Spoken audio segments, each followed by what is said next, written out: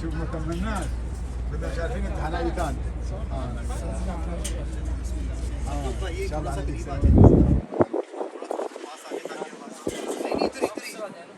میں تیوہار کے ساتھ کھڑا ہوں دلی مسئلہ ہے گائڈ نہیں کرنے دیتے ہیں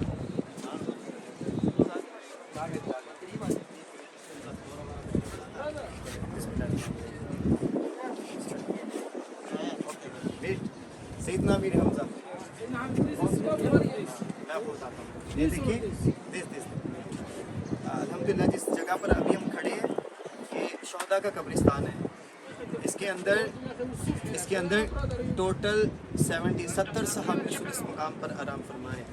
اس جگہ پر صرف 2 قبر مبارک کی نشانی موجود ہے اور جو ہمارے بالکل سامنے ایسے 2 قبر مبارک بنی ہوئی ہیں. ٹھیک ہے, ان میں سے جو ہماری طرف جو اوپر والی قبر مبارک ہے نا, اوپر والی آگے والی, وہ اللہ کے نبی کے پیارے چچا جان سیدنا امیر حمزہ رضی اللہ تعالیٰ عنہ کی قبر مبارک ہے. اوپر والی ان کے قدمین کی جانب پر جو قبر مبارک ہے اس کے اندر 2 صحابی رسول ہیں. ایک حضرت مصعب بن عمیر ہے, دوسرے حضرت عبداللہ بن جاش رضی اللہ.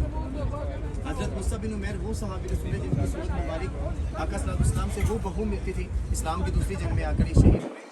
یاد رکھیے گا مکے کے بہت بڑے تاجر تھے. زندگی میں جو ایک مرتبہ لباس کپڑا پہن لیتے تھے دوبارہ زندگی میں کبھی نہیں پہنا. تو ان وقتوں میں 300 دینار کا یہ کپڑا پہنتے تھے.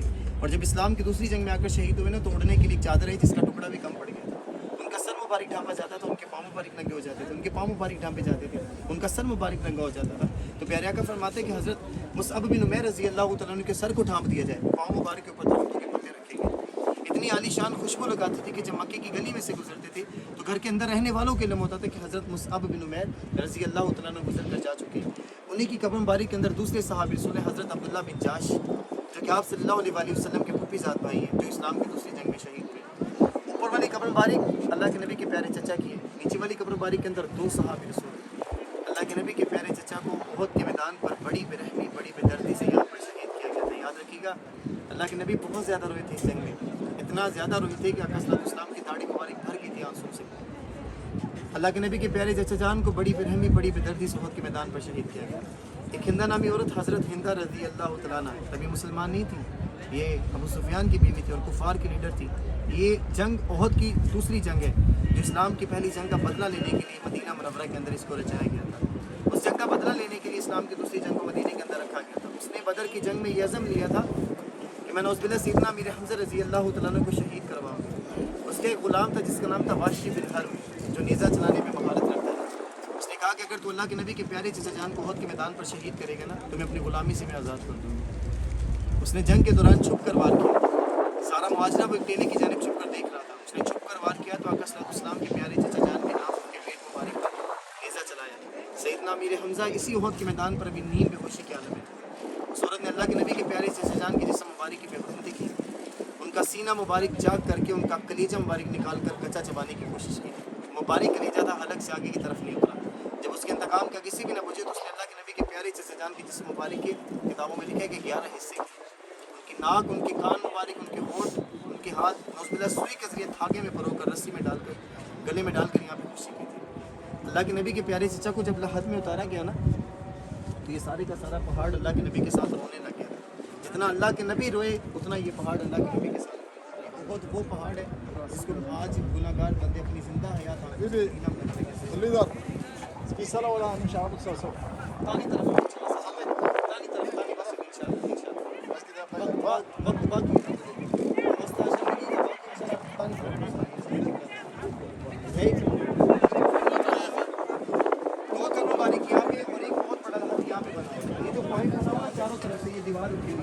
اس کے اندر باقی 67 صحابی رسول ہے جن کی اجتماعی قبر ایک ہی ساتھ رہا.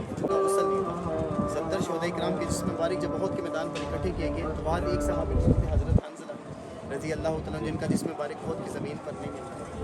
جب ملا تو زمین سے ہوا کی طرف کہ جسم مبارک سے پانی کی قطرے ٹپکے. صحابہ کرام نے پوچھا تو اللہ کے نبی فرماتے کہ میں دیکھ رہا ہوں جو حضرت حنظلہ رضی اللہ تعالیٰ کے جسم مبارک سے پانی کی قطرے اللہ کے ملائکہ اللہ کے فرشتوں نے دودھ میں ڈالا.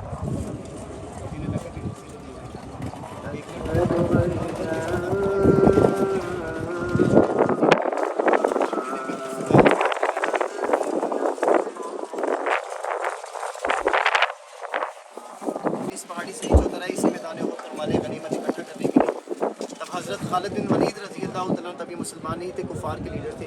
انہوں نے دوبارہ سے احد کی طرف سے دوبارہ لمبا چکر لے کر دوبارہ سے حملہ کیا، جن میں 70 صحابہ کرام ہمارے اس مقام کی جانب شہید ہوئے.